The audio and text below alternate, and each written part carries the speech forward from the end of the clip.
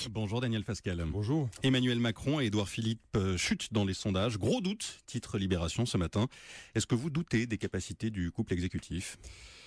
Très franchement, oui. D'ailleurs, je ne sais pas si on peut vraiment parler de couple. En tous les cas, dans le couple, il y en a un qui a pris toute la place. C'est Emmanuel Macron, puisqu'on sait par exemple que les conseillers sont les mêmes pour Matignon et pour l'Élysée. Ça veut dire concrètement, et on le sait, que les ministres prennent leurs ordres à l'Élysée et que le Premier ministre, en réalité, n'a quasiment aucune marge de manœuvre. C'est un premier constat que l'on peut faire et ça explique peut-être aussi ce décrochage d'Emmanuel Macron qui veut avoir tous les leviers, contrôler tous les pouvoirs et qui s'est comporté d'une façon qui est préoccupante pour la suite puisque en président jupitérien, il veut aujourd'hui occuper tout l'espace. On a un système qui devient hyper présidentiel avec une volonté d'affaiblir tous les contre-pouvoirs. On s'attaque aux communes, on s'attaque au Parlement. On ne veut pas laisser à la presse qui doit être la sienne. Il n'y a pas eu d'interview, par exemple, lors du 14 juillet. Ce sont des dérives que les Français jugent de plus en plus sévèrement et ils ont raison. Sur le sondage, moins 7 points pour le président. Selon une étude YouGov, c'est quasiment du jamais vu sous la Ve République, 3 mois seulement après une élection présidentielle. Qu'est-ce que cela signifie pour vous ?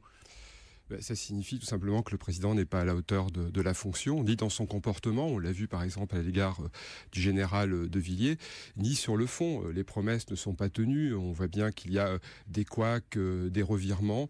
Il paye l'inexpérience de ses troupes.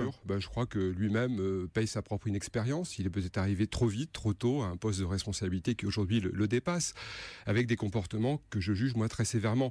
Par exemple, le 17 juillet dernier, il organise une grand-messe au Sénat avec l'ensemble des élus pour leur expliquer sa volonté à l'égard des territoires. Seulement 3 jours après, alors qu'il n'en a absolument pas parlé, il supprime 300 millions d'euros, des crédits très utiles pour la politique de la ville, pour les villes de moins de 30 000 habitants. Il faut faire des économies quand même. Il faut faire des économies, sauf que c'est pas du tout ce que l'on nous a annoncé. On avait annoncé des économies pour les collectivités territoriales, mais à partir de 2018, et le président de la République avait dit surtout pas de baisse brutale des crédits. Seulement 3 jours après avoir fait cette promesse, une baisse brutale des crédits, 300 millions d'euros qui vont manquer cruellement pour les communes rurales, dans les quartiers prioritaires de la ville. Donc on voit bien qu'il y a un décalage considérable entre ce qui est annoncé et ce qui est fait.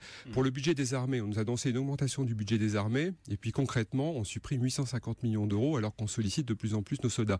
Tout ça n'est pas très sérieux, et les Français jugent ce début de quinquennat sévèrement. Ils ont raison, à la fois sur la forme et sur le fond, sur la méthode et sur les promesses non tenues. Édouard Philippe confirme des baisses d'impôts pour l'an prochain, un peu plus de 10 milliards d'euros. Le Premier ministre l'annonce dans les colonnes du Parisien aujourd'hui en France. Aujourd'hui, quelle est votre réaction ? Écoutez, là, franchement, on nous vend à nouveau du rêve. Demain, on va raser gratis. Enfin, cette année, le budget 2017 est impossible à boucler. Mais l'année prochaine, je ne sais pas, il va y avoir une espèce de miracle à partir du 1er janvier. Il faut refonder la politique du logement et la politique de l'emploi, dit notamment Édouard Philippe. On sait très bien ce que ça veut dire. C'est-à-dire qu'on nous annonce 10 milliards de baisse d'impôts, mais on sait très bien que ce sera financé par des hausses d'impôts. Le Premier ministre ne parle pas de la hausse de la CSG, par exemple, dans son interview. Ça m'a frappé. Quand on sait très bien qu'on va remettre à plat la politique du logement, ça veut dire qu'on va revoir l'APL. On a déjà donné un coup de rabot sur l'APL cette année. On va recommencer l'année prochaine. Donc en réalité, ce ne sont pas des baisses d'impôts qui vont avoir lieu l'année prochaine. Pour boucler le budget, il était impossible à boucler en 2017. Il n'y aura pas de miracle au 1er janvier 2018. Il sera très difficile à boucler en 2018. Et pour financer ces soi-disant baisses d'impôts, peut-être qu'ils profiteront à certains, eh bien il faudra bien évidemment augmenter les impôts ou réduire les soutiens apportés aux Français. Et ce qui me préoccupe, ce sont les plus faibles qui vont être touchés. La CSG, l'APL, l'augmentation du gasoil, tout ça, ce sont des mesures qui vont toucher les Français les plus fragiles, les plus faibles. Et en cela, Emmanuel Macron ne tient pas non plus les promesses qu'il a pu faire. Et ce sera l'objet des discussions qui seront menées à la rentrée autour de la préparation de ce budget 2018. Autre interview ce matin, celle de Muriel Pénicaud, la ministre du Travail, qui qualifie la future loi travail de loi de droite et de loi de gauche. Entretien accordé au Dauphiné Libéré. Est-ce que cette loi travail est une loi de droite, selon vous ? En ce qui concerne Mme Pénicaud, moi j'ai toujours pas compris pourquoi elle est encore au gouvernement, puisqu'on a demandé à Marielle de Sarnez, à François Bayrou, à Richard Ferrand de quitter le gouvernement.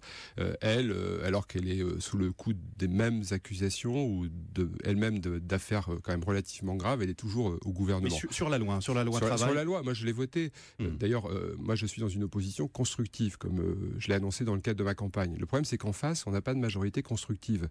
Ça va toujours aller dans le même sens. Nous allons vers eux, nous cherchons des point d'accord et de consensus avec la majorité En Marche, mais la majorité En Marche refuse de nous écouter. C'est quasiment impossible de faire adopter un amendement à l'Assemblée nationale. Là aussi, la promesse n'est pas tenue. On devait tourner le dos à la vieille politique, on devait être bienveillant, on devait s'écouter, construire ensemble les lois. C'est complètement faux. La majorité En Marche à l'Assemblée, majorité écrasante, impose son point de vue sans écouter l'opposition. Donc là aussi, je pense que les Français vont porter de plus en plus un regard sévère parce que là aussi, quant à la méthode, la promesse n'est pas tenue. Les députés devaient être en vacances hier. Ils devront revenir mercredi prochain pour une dernière séance. Est-ce que vous y assisterez ? Bien évidemment. Alors moi, d'ailleurs, je comprends pas Monsieur Mélenchon. Il est fatigué, mais vous savez, quand on est élu, on est taillable. Il n'est pas le seul à protester. Oui, enfin, moi, à droite comme à gauche. Le fait de revenir, ça ne me dérange pas. Je suis l'élu du Touquet Paris-Plage, de la Côte d'Opale, d'un territoire touristique. J'ai l'habitude d'être sur le pont tout l'été. Ça ne me dérange pas. Ce qui m'ennuie, c'est d'avoir à revenir parce que justement, la majorité n'a pas voulu trouver un terrain d'entente avec nous cette semaine. On pouvait très bien sur la question de la réserve parlementaire, c'est-à-dire cette enveloppe qui permet aux députés d'aider concrètement des petites associations, des petites communes rurales. Elle va disparaître et vous avez voté contre. Les Républicains mais bien sûr. Moi, j'ai voté pour la suppression de l'IRFM et d'un certain nombre d'avantages qui étaient accordés aux députés parce que je pense que c'est nécessaire pour établir la confiance avec les Français. De représentation et de frais de mandat. Voilà. Il y avait des débats à ce sujet. Les Français avaient des doutes quant à la façon dont utiliser cette enveloppe. J'ai voté pour la suppression de cette enveloppe parce que je ne veux pas que les Français pensent que l'on a des privilèges injustifiés. Mais par contre, s'agissant de la réserve parlementaire, c'était un outil extrêmement utile. On aurait pu trouver un terrain d'entente cette semaine et on n'aurait pas eu à revenir la semaine prochaine. Donc revenir la semaine prochaine, ça ne me dérange pas, sauf qu'on va nous faire revenir pour une mauvaise raison, parce que la majorité En Marche a refusé le dialogue avec l'opposition, parce qu'elle va à tout prix imposer son point de vue. Donc la semaine prochaine, on va revenir pour regarder En Marche imposer son point de vue sans aucun dialogue. Cela dit, et rapidement, est-ce que vous trouvez ça sérieux quand même de protester, de râler, alors qu'il y a beaucoup de Français qui travaillent tout l'été ? Mais moi, je vous ai dit, ça ne me dérange absolument pas. Non, mais je parle de ces députés qui... moi, j'ai été choqué par notamment les propos de M. Mélenchon. Il est fatigué alors qu'on siège depuis un mois et demi. Quand on est élu, quand on est candidat à la députation, on sait qu'ensuite, voilà, on sera et on devra être disponible. Quand on est élu, on est taillable et corvéable à merci. On est sur le pont 7 jours sur 7, toute l'année. En tous les cas, c'est mon cas. Et moi, en ce qui me concerne, je peux vous assurer que je suis absolument pas fatigué, mais en pleine forme, bien au contraire. Daniel Fasquelle, vous vous êtes lancé dans un Tour de France également cet été. On voit que vous êtes en forme à la rencontre des militants Les Républicains. Que vous disent-ils ? Ils me disent qu'il ne faut surtout pas recommencer les erreurs d'il y a 5 ans, c'est-à-dire parier sur l'échec de M. Macron, comme on a parié sur l'échec de François Hollande il y a 5 ans. On était convaincus que le balancier allait revenir, qu'on reviendrait au pouvoir. Puis c'est passé ce qui s'est passé. On a été sévèrement battus lors des élections présidentielles et législatives. Et il y a 5 ans, on n'a pas fait justement ce travail de fond sur le fonctionnement du parti, sur les valeurs de la droite, sur notre relation aussi à des Français qui ne nous regardent plus. Pourtant, François Fillon, lui, a parcouru la France aussi avant de présenter son projet présidentiel. C'est ce qui lui a permis de le construire, ce projet. Oui, tout à fait, mais le parti ne l'a pas fait. Et on s'est petit à petit coupé d'une partie des Français, les jeunes, les classes populaires. Donc je crois que ce travail de fond, il faut le faire quant au fonctionnement du parti, quant à notre relation avec les Français. Et puis par ailleurs, on a des élections importantes en décembre prochain, et je crois qu'il y a 2 autres erreurs qu'il ne faut pas commettre. Vouloir choisir une ligne plutôt qu'une autre en décembre prochain. Je crois qu'au sein des Républicains, il y a toujours plusieurs lignes qui ont coexisté, des sensibilités qui doivent pouvoir continuer à cohabiter. Puis confondre cette élection de décembre avec l'élection de 2022. On ne choisit pas notre candidat pour la présidentielle. On va choisir un président qui doit rassembler, animer le parti, justement, faire en sorte que les différentes sensibilités, personnalités puissent coexister dans une droite moderne et ouverte vers la société française. Est-ce que vous êtes candidat à la présidence des Républicains, Daniel Fasquelle ? Je n'ai pas encore pris ma décision. Vous la prendrez quand ? Je la prendrai d'ici la fin de l'été. Je veux continuer ce dialogue en profondeur avec les militants et avec les Français. Et si je suis candidat, c'est pas pour le principe d'être candidat. C'est pour faire barrage à Laurent Wauquiez, pour faire barrage à cette ligne droitière ? Certainement pas. J'ai de très bonnes relations avec Laurent Wauquiez, avec Xavier Bertrand, avec Valérie Pécresse. On a de très grands talents dans notre famille politique. On a différentes sensibilités. Moi, mon souci, si vous voulez, c'est d'écrire ou de réécrire les règles du vivre ensemble au sein du mouvement. Puis je ferai des propositions. Par exemple, je pense qu'à côté du statut de militant, il nous faut un statut de sympathisant. Il faut qu'on travaille plus sur le fond. Je proposerai la création d'une fondation. Puis j'ai d'autres idées qui me viennent aussi du terrain. J'ai un petit carnet avec lequel je me promène. Les réunions ne devaient durer qu'1 heure. Et durent 2 heures, parfois même 3 heures. Cette semaine, j'ai fait une réunion en banlieue parisienne qui a duré 3 heures. J'ai noté en moyenne entre 20 et 30 propositions des militants. Donc je ferai une synthèse de ces propositions. Une première synthèse lors du campus du Touquet le 26 et le 27 août.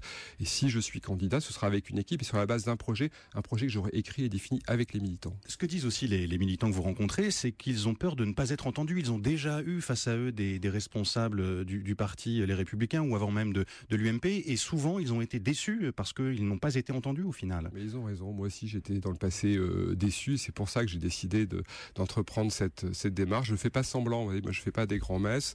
D'ailleurs, ça m'amuse beaucoup, ça me frappe. J'avais une réunion donc cette semaine, par exemple, en région parisienne, et il y a une militante qui est arrivée en retard. Elle m'a dit: je voudrais savoir votre point de vue sur. Et je lui dis: non, ça se passe pas comme ça. C'est moi qui vais avoir votre point de vue sur. Elle était surprise, puis ensuite ravie. Et cette réunion, je vous dis, elle devait durer 1 heure, elle a duré 3 heures. Donc les militants ont besoin de parler. Moi, je suis à leur écoute, et dans ces réunions, je suis avec mon carnet, mon crayon, je note, et je peux vous assurer que si je fais des propositions, ce seront des propositions qui seront d'abord et avant tout des propositions des militants. Daniel Fasquelle, vous nous disiez tout à l'heure que vous étiez un opposant constructif, pourtant vous ne faites pas partie du groupe Les Républicains constructifs et UDI à l'Assemblée nationale. Que faire justement de ces élus, les Républicains, qui ont rejoint ce groupe? Est-ce qu'il faut les exclure du parti? Moi, je fais la part des choses entre ceux qui nous ont combattus ou affaiblis. Je pense qu'Édouard Philippe, Gérald Darmanin, Bruno Le Maire, Franck Riester, Thierry Solère nous ont combattus, se sont retournés contre leurs amis, contre leurs idées, ou nous ont affaiblis. Ceux-là doivent être exclus définitivement du mouvement. Ils ne peuvent pas rester chez les Républicains. Par contre, les autres, il faut continuer de discussion et de dialogue avec eux. Je suis convaincu que certains peuvent revenir vers nous. Mais ça suppose pour ça qu'on reconstruise un parti, mais un parti qui soit ouvert, dynamique, moderne. Et c'est ce que je souhaite, en tous les cas, c'est ce que souhaitent les militants, c'est ce qu'ils me disent lors de ces rencontres que je vais poursuivre dès cet après-midi. Vous serez à Reims cet après-midi. Daniel Fasquelle, en forme donc sur les routes de France tout au long du mois d'août. Merci, député Les Républicains du Pas-de-Calais. Bonne journée.